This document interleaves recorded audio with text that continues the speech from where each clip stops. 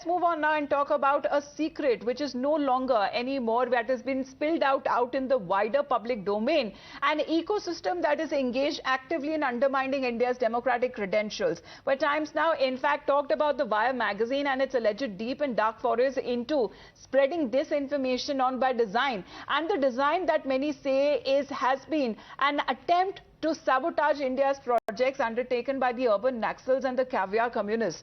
The stories and the portrayal that has been broken now have been retracted by it in the face of scrutiny that has made it impossible for the editors to continue with the alleged fakery that seemed to suggest that the ruling party, the BJP and the NDA government had trampled dissent with a view to throttle India's democracy. But when it comes to the Prime Minister's advice that has also been given on the same issue, it must be taken seriously because there have been some very serious outcomes as a result of rampant spread of fake news. There has been lynchings that have taken part in different parts of the country, and there have been certain allegations that have been circulated widely on social media platforms of child abductions as well. There have been news vendors who have published grossly exaggerated figures of COVID death tolls and trying to diminish India's efforts in fighting COVID.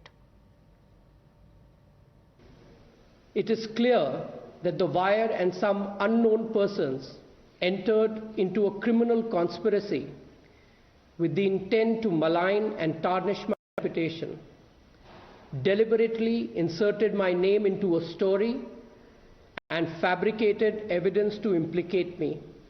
This also undermines the democratic and informed choices that the public makes through a carefully calibrated campaign of disinformation and calumny, and does irreparable harm to the democratic right of dissent.